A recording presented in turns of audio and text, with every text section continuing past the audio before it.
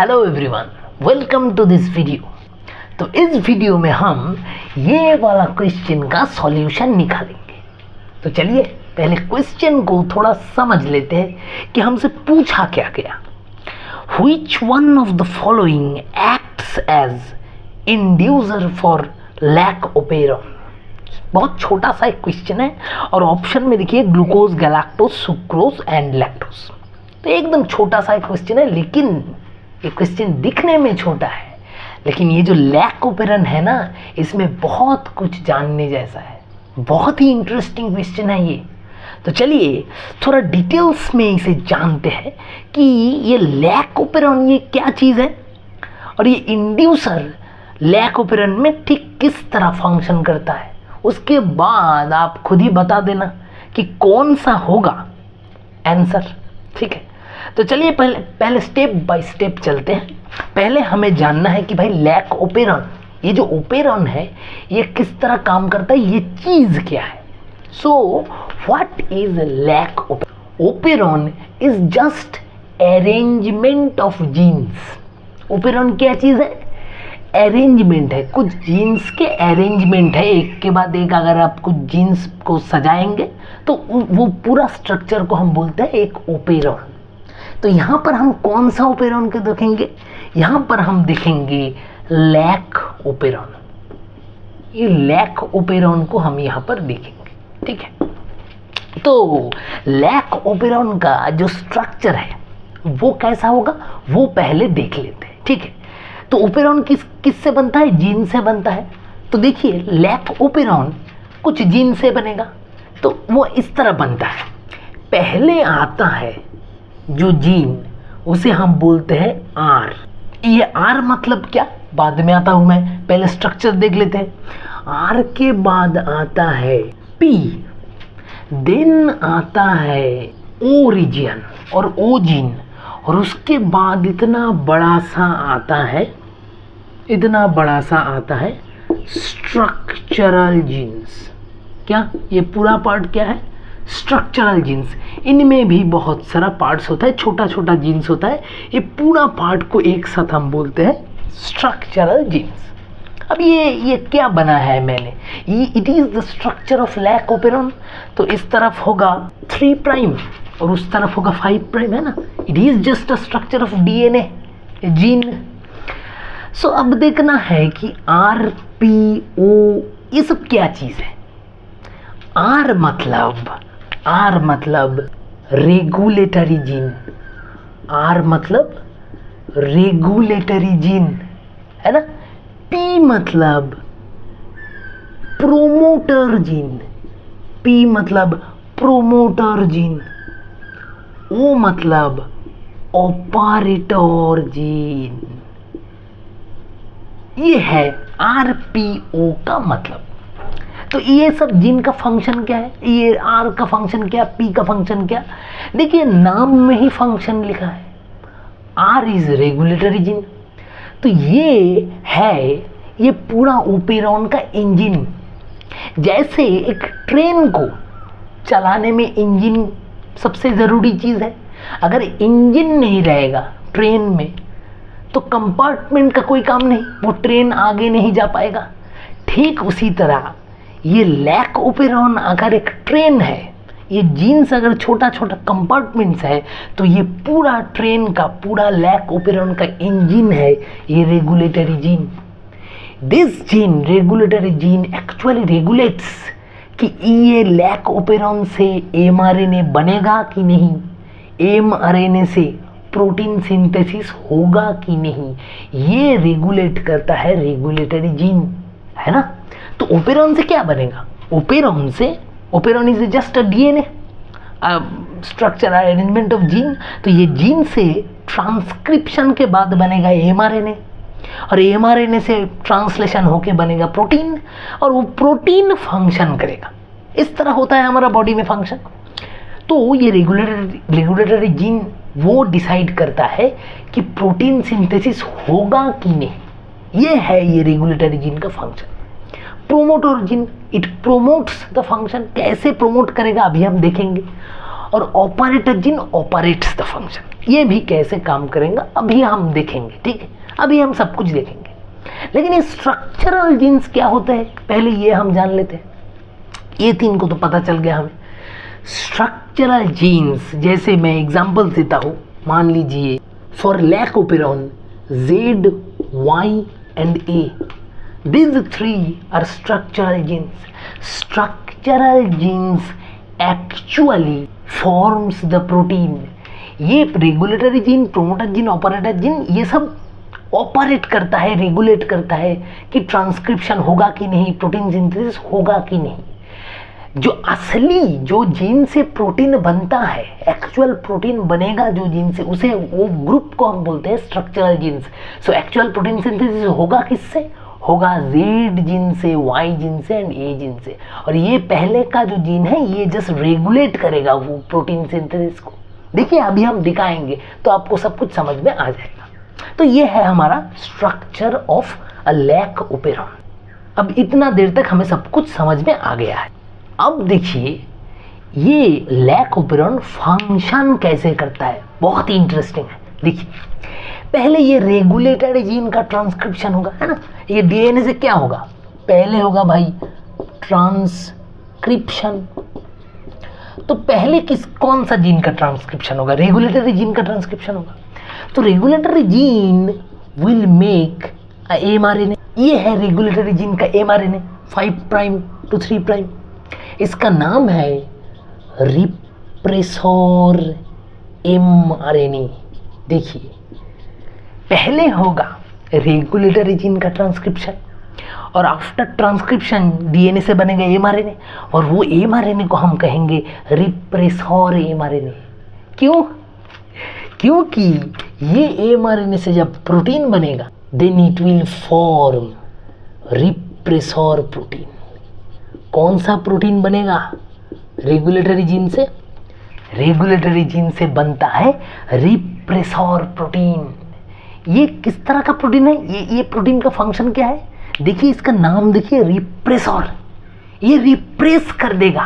किसको रिप्रेस करेगा? Repressor protein will go to the operator gene और ये रिप्रेसर प्रोटीन ऑपरेटर जीन में जाके अटक जाएगा इस तरह। और ये रिप्रेस करेगा किसे? ऑपरेटर जीन को।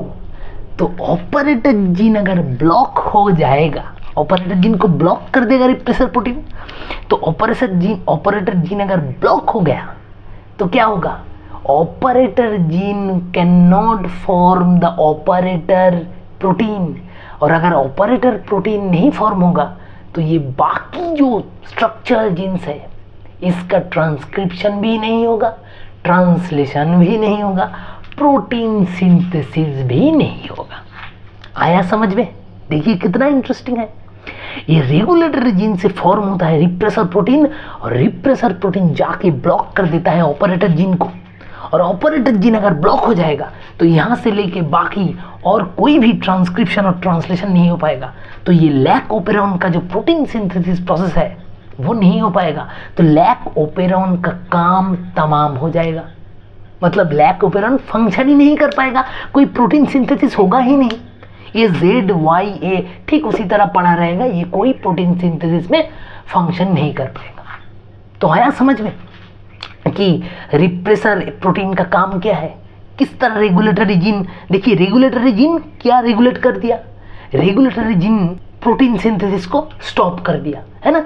It regulates the whole function of lac operon. अब देखिए ये था हमारा पहला स्टोरी। पहला स्टोरी में रेगुलेटर जीन फॉर्म हुआ है और वो जाके ऑपरेटर जीन को ब्लॉक कर दिया है और protein synthesis has been stop. So ये जो स्टोरी था it is in the absence of an inducer. मतलब यहाँ पर कुछ भी नहीं है, कोई इंड्यूसर नहीं था। अब आप मुझसे पूछेंगे ये इंड्यूसर कहाँ से आ गया भाई साहब, है ना। अब देखिए सेकेंड स्टोरी जहाँ पे हमें ये इंड्यूसर को दिखने मिलेगा। अब सेकेंड स्टोरी में क्या बोला मैंने, फिर से मैं एक लैकोपेरॉन बना रहा हूँ। देखिए it is R gene, it is P, it is O और यहाँ पर हमारा क्या था Z, Y एंड A। ये था हमारा लैक ओपेरॉन का स्ट्रक्चर। तो पहले बताइए रेगुलेटरी जीन से क्या फॉर्म हुआ था? रेगुलेटरी जीन से ये रिप्रेसर प्रोटीन फॉर्म हुआ था, है ना, रिप्रेसर प्रोटीन। अब देखिए यहाँ पे ये जो नया स्टोरी है, सेकेंड स्टोरी जो मैं आपको बोल रहा हूँ, अभी तक बता रहा हूँ, उसमें एक नया मॉलिक्यूल बाहर से आएगा। वो आके रिप्रेसर प्रोटीन के साथ रिएक्ट कर जाएगा। क्या आएगा बाहर से? बाहर से मान लीजिए इस तरह का एक मॉलिक्यूल आएगा, इसका नाम है इंड्यूसर। इसका नाम है इंड्यूसर। ये बाहर से आएगा और आके रिप्रेसर प्रोटीन के साथ रिएक्ट करेगा। रिएक्ट करके क्या बनाएगा? देखिए, रिप्रेसर प्रोटीन था ऐसा और इंड्यूसर है ऐसा, तो ये दोनों मिलके बनाएगा भाई साहब रिप्रेसर इंड्यूसर कॉम्प्लेक्स। ये कॉम्प्लेक्स बना देगा। इंड्यूसर आके क्या कर रहा है? देखिए, वो रिप्रेसर के साथ रिएक्ट करके रिप्रेसर को ही ब्लॉक कर दे रहा है ना। Repressor has been blocked by the inducer. तो रिप्रेसर क्या करेगा? रिप्रेसर ऑपरेटर जिन में जाके ब्लॉक कर पाएगा? नहीं, रिप्रेसर यहाँ पे नहीं जा पाएगा, क्योंकि रिप्रेसर को ब्लॉक कर दिया है इंड्यूसर ने और बना दिया है repressor inducer complex. So repressor has been blocked. तो operator gene now can produce operator protein. Operator gene क्या करेगा? ऑपरेटर जीन तो खुला है अब, तो ऑपरेटर जीन ट्रांसक्राइब करेगा, ऑपरेटर mRNA बनेगा। उसके बाद वहाँ से ऑपरेटर प्रोटीन भी रेडी हो जाएगा। तो ऑपरेटर प्रोटीन अगर रेडी हो जाएगा तो फिर स्ट्रक्चरल जीन्स का भी ट्रांसक्रिप्शन होगा, ट्रांसलेशन होगा, प्रोटीन सिंथेसिस होगा। तो आया समझ में? ठीक इसी तरह फंक्शन होता है। देखिए, एब्सेंस ऑफ इंड्यूसर, जब इंड्यूसर प्रेजेंट नहीं था, जब बाहर से कोई इंड्यूसर नहीं आया था, तब रिप्रेसर प्रोटीन ने ब्लॉक कर दिया ऑपरेटर जीन को और प्रोटीन सिंथेसिस को रोक दिया। Lac operon will not function in the absence of an inducer. जब वो इंड्यूसर प्रेजेंट है, ये है presence, in the presence of inducer. Presence of inducer का स्टोरी देखिए। इंड्यूसर अगर रिप्रेसर को ब्लॉक करेगा और ऑपरेटर प्रोटीन फॉर्म करेगा और स्ट्रक्चरल जीन्स भी प्रोटीन सिंथेसिस करेगा। तो एक इंफॉर्मेशन जान लीजिए कि लैक ओपेरॉन में जो स्ट्रक्चरल जीन्स प्रोटीन सिंथेसिस करेगा, वो प्रोटीन्स कौन सा होंगे? तो Z gene will form beta galactosidase and Y gene will form permease protein and A gene will form transacetylase protein. ठीक है, देखिए, जब भी रिसेप्टर प्रोटीन को ब्लॉक कर देगा इंड्यूसर, तब भी lac operon will form this proteins, beta galactosidase, permease, transacetylase. ये सब प्रोटीन एंजाइम है और ये सब फंक्शन करेगा बॉडी में हमारा। तो this is the way lac operon functions. In the absence of an inducer ये काम नहीं करेगा, in the presence of inducer ये काम करेगा। अब देखिए, हमारे पास पूरा लैक ओपेरॉन का स्टोरी क्लियर हो गया है। अब क्वेश्चन समझने में कोई प्रॉब्लम नहीं होगा। क्वेश्चन में देखिए, which one of the following acts as an inducer for lac operon. Question में हमसे पूछा गया, ये जो बाहर से इंड्यूसर आ रहा है, ये एक्चुअल में क्या है? ये जो मैंने बोला कि बाहर से कोई आएगा इंड्यूसर, ये एक्चुअल में क्या है? What is the inducer for lac operon gene? तो देखिए, इसका नाम में ही बोला गया है, lac operon. So what is the inducer for lac operon? Lac means lactose, है ना। Lac operon, lac is lactose, so lactose is the inducer for lac operon. So inducer क्या क्या होगा, ये हमारा क्वेश्चन है। यहाँ पर जान लीजिए, inducer will be lactose and allolactose. ये दोनों होता है लैक्टोपेरॉन का inducers, please remember lactose and allolactose. तो लैक्टोज अगर प्रेजेंट होगा बॉडी में, लैक्टोज अगर प्रेजेंट होगा तो लैकोपेरॉन कैन फंक्शन, लैक्टोज अगर एब्सेंट होगा lac operon will not be able to function. तो ये है मसला। तो चलिए हमें आंसर मिल गया, ये खुशी की बात है।